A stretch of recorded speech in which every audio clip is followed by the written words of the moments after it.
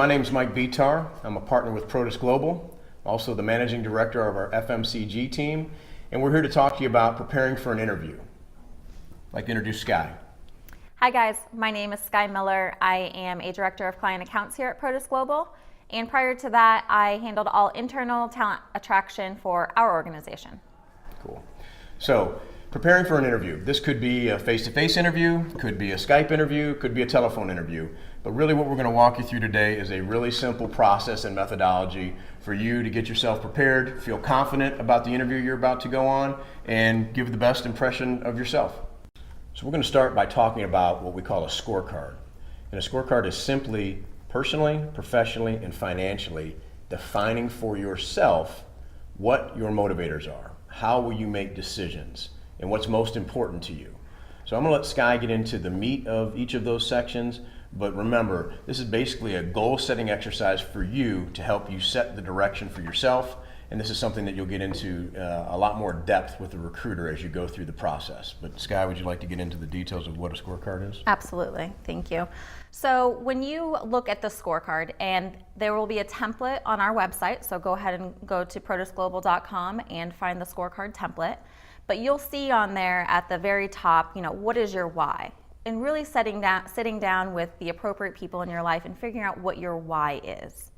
And so that's really where we fit in personally, professionally, financially. They all feed back to your why.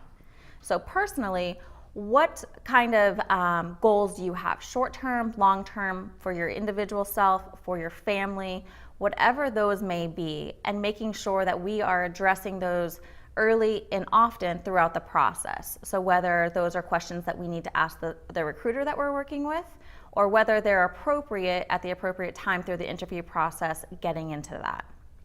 So those things could be, you want to take a trip to Europe in 2020, making sure you're documenting that in the time frame. And then where you are, maybe you need to save X amount of money, and that will really feed into the financial part of it, but really time bounding it as well.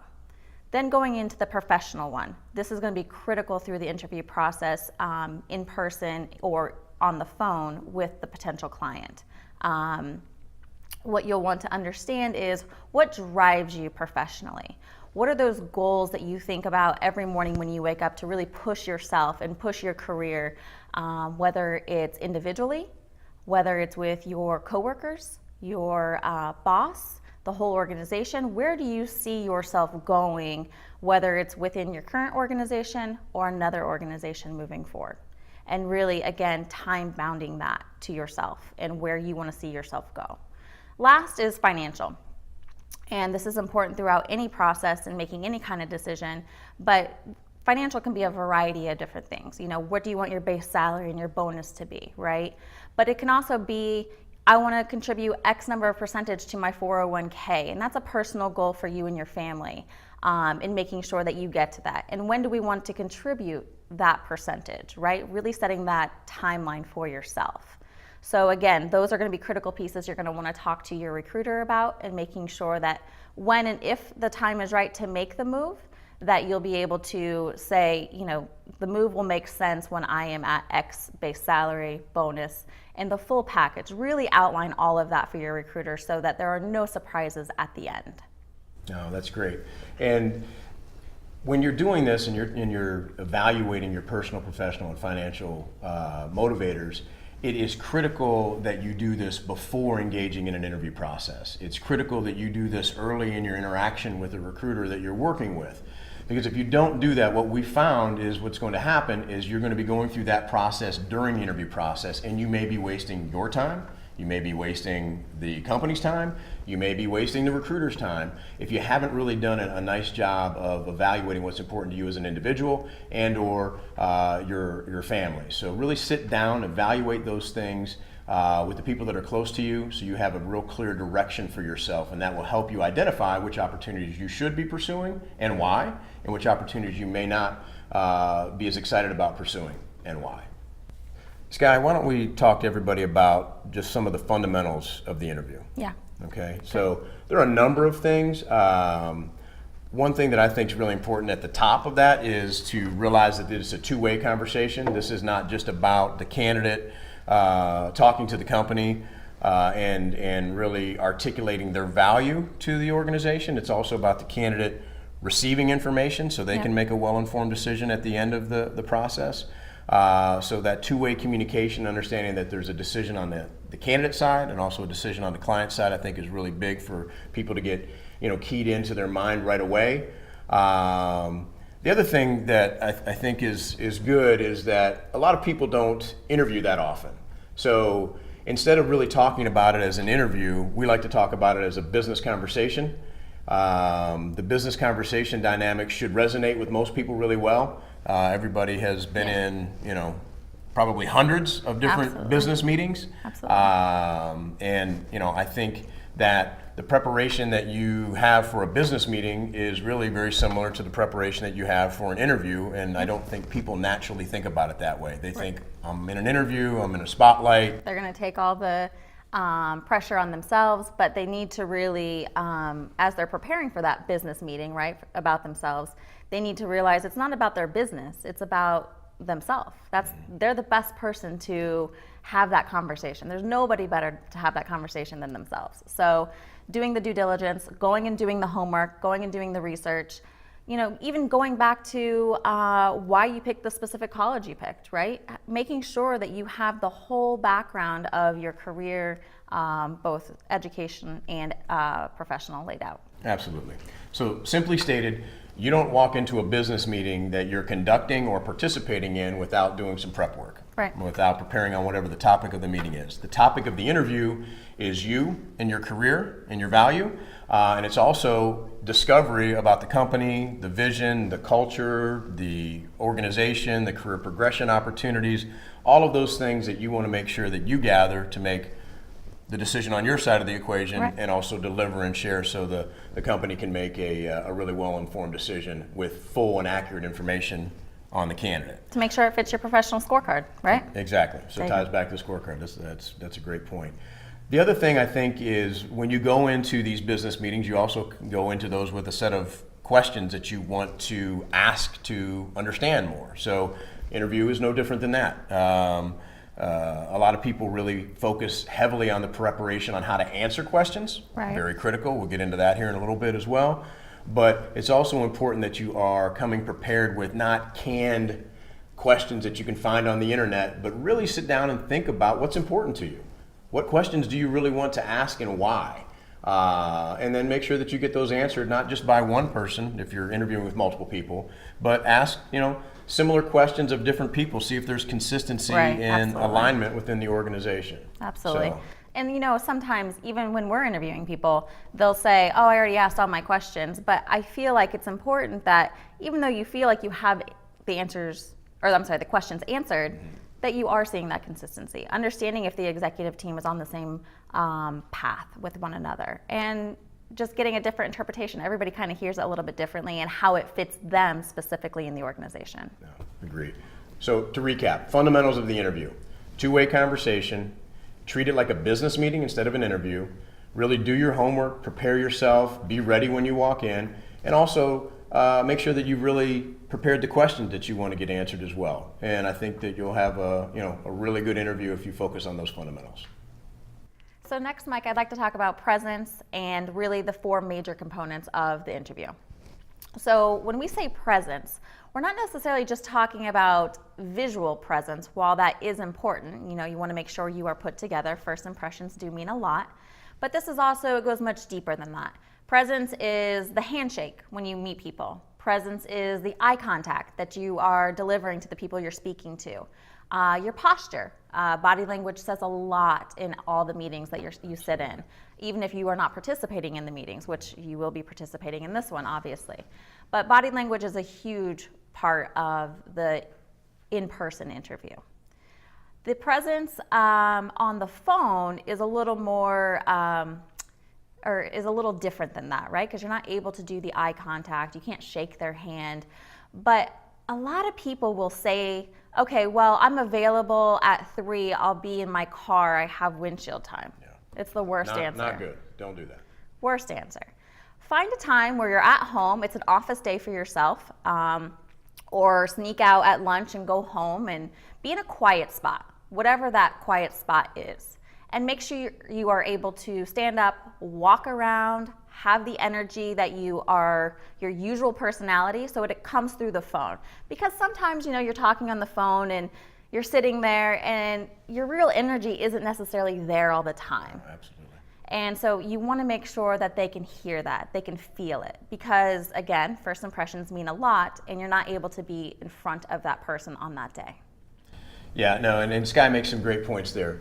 Bringing your accurate self to the meeting is really important. We want you to be who you are. We don't want you to put on some facade. So whether it's in person or over the phone, we really would encourage you to let your real personality come out. It's a professional interview. We want, you need to come across professionally, but don't be too stiff, don't be too loose, be whoever you are. That organization is evaluating you from a cultural standpoint, not just a functional standpoint, and you're evaluating the organization the same way. You want to be, I'm sure you want to go to an organization where you can exhibit some of the strengths that you've had in your career, but you also want to have some new challenges, and you want to be able to, vibe culturally with the organization. Be yourself, yeah. So be yourself. If you're yourself and there's a decision that's made that this isn't a good fit, that's a good thing. Yeah. It's not a bad thing. So that's presence. Another big fundamental is how you answer questions. It's probably the thing people focus most on when they're thinking about going to an interview. What questions am I going to be asked? How am I going to answer them? What's the right answer? We don't like to focus so much on what the right answer is necessarily. We like to focus on what is the accurate information to, tell your story. Yeah. And there's a really simple way to do this, but it takes some homework. Takes some homework. The entire process that we're talking about is a little bit of a time investment to do it the right way. And that homework and that approach is really simple. Many of you have probably heard of STAR communication. I actually like to drop the T and call it SAR, so situation, action, result. Situation, action, result. What is it? It's just that. It's being able to articulate your experiences in that kind of a way, not in a robotic sense at all, but in a way that allows the person on the other side of the desk to understand what was going on, what actions did you and your team take together, and then most importantly, yes, what are the results? I don't know if you Quantifiable. want to talk about that, Skye. Talk about the quantification. So the quantifiable results is probably the most important and most impactful part of your story that you're telling, right? So you want to make sure the situation that you're sharing, like Mike alluded to, the action steps that either you took solo or with your team, and then what are the quantifiable results? We don't want to say, my boss was really happy, we hit plan. Cool, that's awesome. But what was plan, or how much over, or how much did you exceed plan? What was that percentage or dollar or volume that you can share with them? Be very, very specific. The more specific you can be in those quantifiable results, the more impactful your story really becomes. Yeah, absolutely. It's much more impressive when you show that you have a command of your career and an understanding of what impact you were expected to make with the company, and then more importantly, what type of impact did you make? So that's a great piece.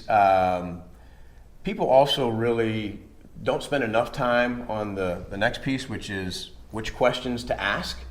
So let's spend a minute in talking about what types of questions to ask in the interview. My opinion is to have these written out, typed up, whatever. We'll talk about the materials that you bring with you or you don't bring with you as we get deeper into this conversation. But I find it impressive when I'm interviewing somebody with our organization, or when I talk to hiring managers who have interviewed talent, that they say, you know what, they had a list of questions for me. Mm-hmm. They didn't just memorize those, but they really had a list and they needed to refer to them. It's pretty impactful, I think, yeah, when you're interacting with somebody and they say, you know what, I've got a number of questions. If you don't mind, let me just check my notes real quickly, because I really, I want to make sure that we have a real good, deep conversation here. And just by checking your notes for a second does a couple things. I think it gives the person a chance to kind of collect themselves and catch their breath. But it also shows the person that you're interviewing, this person's taken the time to come into our company, get to know us, they're spending their valuable time with you, and this individual really did some solid prep work. And man, not only did they take time to write the questions out or type the questions up. But now the important part is are those questions things that not only answer what you need as a candidate, but also impress the person that you're interviewing with? I don't know if you have anything to add there. Yeah, I would say going back to when we're interviewing folks, and even don't be shy when you have them written out to even jot down additional questions as you're having the conversation too. Some things may come up and you want to come back and reference it. So, make sure you bring a pen and some paper and just on the side, jot something down to outline to make sure you can go back and reference. How many times have you had somebody come in to interview and they bring nothing with them? A lot. Don't do that. Bring something to take notes with. Bring some, and we'll get into career portfolio and brag book, but bring examples of your work. But focusing right now on the types of questions. So I'm going to come back now to the depth and the interaction when you start to ask your questions. And it should be a free-flowing back and forth. It shouldn't just be question. The interviewing company is asking you questions. Now it's your turn. It should be somewhat free-flowing. But think about, let's go back to the scorecard, think about what really is important to you. And then ask questions around that. Don't just go online and read the website and say, hey, I saw about this, and a question that anybody else can ask. You're going to be evaluated also on the interaction in that interview, and if that interaction is really canned and not sincere and genuine and free-flowing, then they may think you're really impressive, but they may feel that culturally you don't kind of really... You're not going above and beyond. Not going above and beyond, and you're just not natural. So really spend some time focusing on what types of questions that you want to ask. Anything else on the fundamental side, Skye? I would say the questions you're asking to give you some ideas of what to ask. And again, the stuff you find online is all very standard, like, why did you join the organization? While that might be very important, and it's definitely a chemistry builder between you and the interviewer, that may come up organically in the conversation versus, all right, so now what are your questions? I wouldn't lead with that question. But I would lead with some questions, understanding their vision. I mean, you've done some due diligence, you've done your homework, you've probably gone out to the market, hopefully, and checked out the products, the competitive set, and we'll talk about that a little bit later. But understanding the vision, the path, where are they going, what kind of innovation are they doing? There's a lot of different specific things that you can understand and what part of this role that plays into. I think that's great. So talked about presence, talked about how to answer questions, talked about questions to ask and what types of questions to ask and how to get yourself ready for that. Let's talk a little bit about closing the interview. Yeah. So there's a lot of there are a lot of techniques out there to close the interview. There's a lot of suggestions and opinions. I would say kind of throw all that stuff out and think about what is going to be, again, most comfortable for you in your style and your approach. We're going to give you some recommendations here, but be yourself. Again, you'll hear this theme quite a bit. Be yourself. Be comfortable. Be natural. What on the closing side, Skye, what do you want to share? Yeah, and we can get into this one-on-one as well and different specifics in your styles now that we understand your personality. But things to think about are making sure we're closing with an open-ended question. Yes. Don't have a close-ended question. That is my number one advice for you. Don't ask a yes/no answer or a yes/no question. Sorry, but really understand where the gaps may lie, and however you want to phrase that, but understanding or asking that in an open-ended forum. No, I think that's great. Obviously, if you're asking closed-ended questions, they can be answered with a yes or a no. That is what you're going to get many times, and really what you're looking for is when you're closing an interview is you're looking for feedback. There's a lot of questions you can ask. One that I like, and again, use your own style, you don't want to sound like anybody other than yourself, is based on what you've learned about me today, how do I compare to what it is that you need in this role or in the organization? Some people aren't comfortable with that. You feel like you may be putting the interviewer on the spot. You are, but you're doing it in a very professional way, and you're looking for feedback. You're looking for some insight from them before you leave the interview. This is critical. Yes. We also recommend that you close with, a few minutes to go, probably 5 or 10 minutes to go, not right as you're standing up, shaking hands, walking out the door, or somebody's knocking on the door for the next interview. You've missed your opportunity to do what we're going to talk about now, which is to close any gaps that come out of those closing questions that you ask. When you ask a question like, how do I compare to what it is that you're looking for? Again, I wouldn't recommend that you ask, how do I compare to other candidates you're interviewing and all that. It's irrelevant. You're having a conversation with the interviewer right now. How do I compare to what it is that you're looking for? Be quiet and listen. And now you're going to get some insight on... Hopefully they share what those gaps may be. I really like your experience with X, Y, and Z, but I see that there's a gap with A and B. And then, maybe you guys haven't gotten to that part of the conversation. Maybe you actually do have that experience. It just didn't come up in conversation. Or maybe you have a little bit of experience and you can share some insight. Or maybe you have a relevant experience that you can share that can kind of lend to SAR. Yeah. So, to Skye's point there, if they share with you, hey, I love these things about you, but we are looking for a candidate that has a little more experience here, and you know that you have that, don't jump all over that. Let them finish. Make sure you continue to ask some questions to get all of the feedback on the table so you can kind of address it all at once, but then go back and use those SAR examples. Mr. and Mrs. Interviewer, you mentioned that I have a gap to make me an ideal candidate in this area. If you don't mind, I'd like to share an example with you because I do have some experiences. Let them answer. Yep, they look at their watch. I've got a few more minutes. And then you give them an SAR on that topic. All that interaction does is ensure what we really want for you, which is you put yourself in a position to make a timely, well-informed decision, and you put the client in a position, the company, our client. In a position to make a timely, well-informed decision about the individual candidates. And that's really all that this interview is about. So, gave you a lot there: presence, how to answer questions, how to ask questions, and then also some tips on how to close the interview. We've been alluding to things throughout these videos, so now we're really going to tie it all together and get more in depth with it. So you want to make sure that you're bringing extra copies of your resume, first and foremost. They're going to have copies of your resume, but it's always great to show up and say, here's my resume. Love that. Shows that you're prepared. You may also run into some additional people there that you'll need to give your resume to that they don't have your resume. So extra copies of your resume, 1. 2, make sure that you're bringing examples of your work. Not proprietary information. You do not need to share that.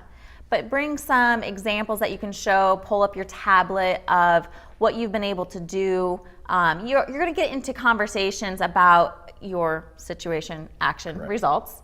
And you want to make sure that you can show a visual to that. It's always great to show a visual. So being able to reference that on your tablet, on your laptop. If you want to bring physical copies, you can. But I know that we're in a day and age where it's all electronic now. Yeah, it is all electronic. And again, we're not turning this business meeting into a business presentation. You're not there to present unless the company has asked you to do that. Sometimes that will be the case where they're asking you to give a presentation. What Skye's referring to, though, is being able to have documentation to support the verbal examples that you've been sharing. So physical documentation to support the verbal examples that you've been sharing and the situation, action, result pieces. So it also shows that you're really serious about the interview. Not only do you have a clean copy of your resume, you want to make sure it's presented. You're really prepared to ensure that the interviewer really understands what it is that you've been able to accomplish. So, right, it's an interaction with another person. As you're looking across the table and you're sharing with them something that you're really excited about from your career perspective, and you're kind of getting this blank stare back, that's a cue that you may need a physical example to bring the point home. So that's one cue. Another cue is you're sharing a situation, action, result that the interviewer is getting really excited about. So you just want to kind of really bring that point home just a little bit more and say, you know what, matter of fact, I have an example of what I'm talking about. A couple tips on this, though, that we've seen not work out so well. Make sure that it is information that you have a great command of. Yes. We've seen candidates interview, bring out some materials that they want to reference, and then quite honestly, they get asked a few questions about what's on the document or what's on the presentation, and and they can't answer it as well as they need to. Know the material that you're bringing inside and out. If you owned a portion of it, but you're showing more than just that portion that you owned, make sure that you got a good command of it. Yeah. I think, some of the other things that happen are, I've heard, people comment about seeing typos. Oh, yes. Spell check, get somebody else to read it. We just had this happen the other day. Presentation had great ideas, but the presentation was full of typos. Make sure that your work is really clean. Yeah, great advice. Great advice. And leading into that, we want to make sure that we have touched on doing research about yourself, right? I think we've really hit home on doing the research about yourself. But we also want to ensure that you're going and doing your due diligence and researching the organization as well.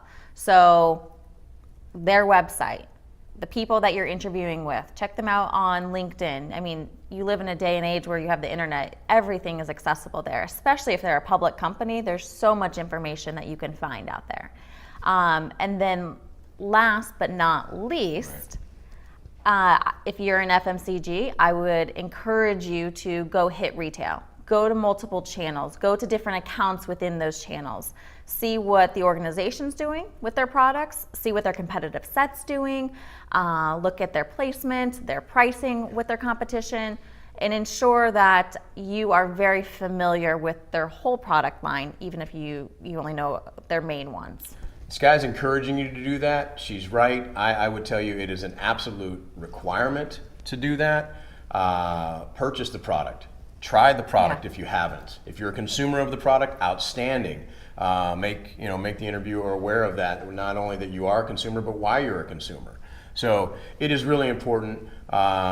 Take some pictures of what's going on in the marketplace, and it will really help you formulate the questions that you really want to ask. Why are we doing things this way? Or I was excited to see, this price point versus competition. There's a million different things that will drive a really rich, deep interaction from going out and seeing the product in the stores. Yep. Or even at the bars, if you're in alcoholic beverage, what they're doing in the on-premise or too. Off-premise, absolutely. Yeah. No, great point.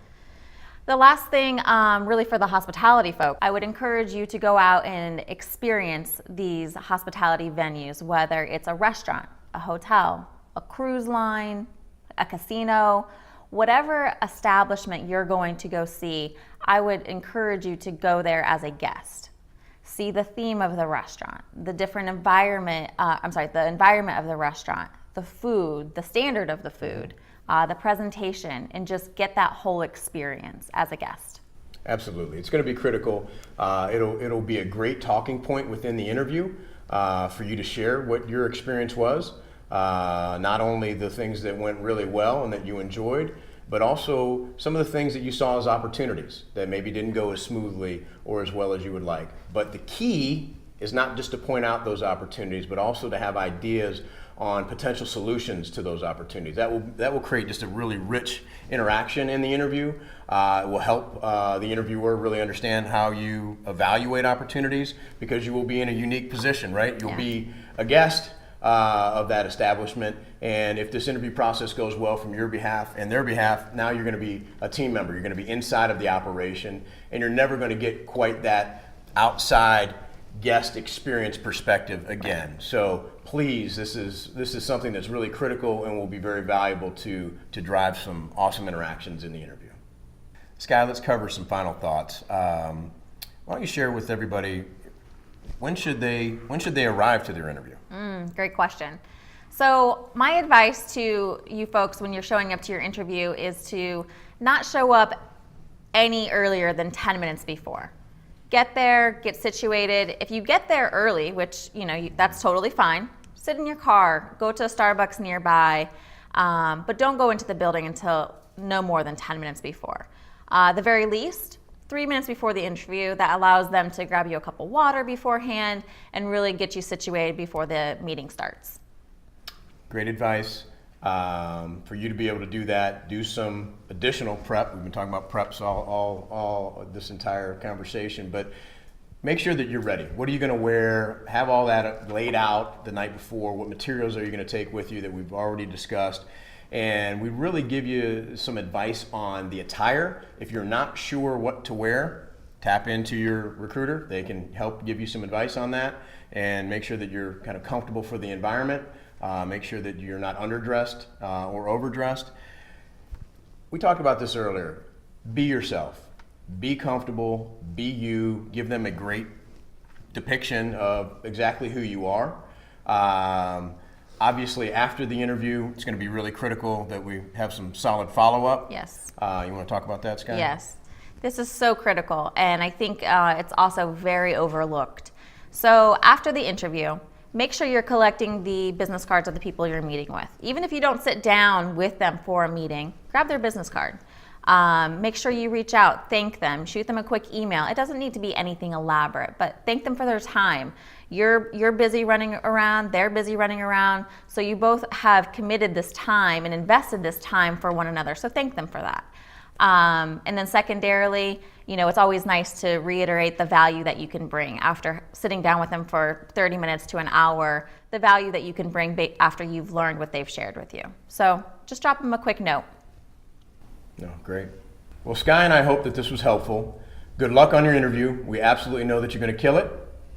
Yes. And please utilize us for your resources. Check us out on protisglobal.com. Check out our other videos on YouTube. And if you need additional tips, call your recruiter and they are happy to help. Also, don't forget, check us out on social media, Instagram, Facebook, Twitter. Follow us. Good luck.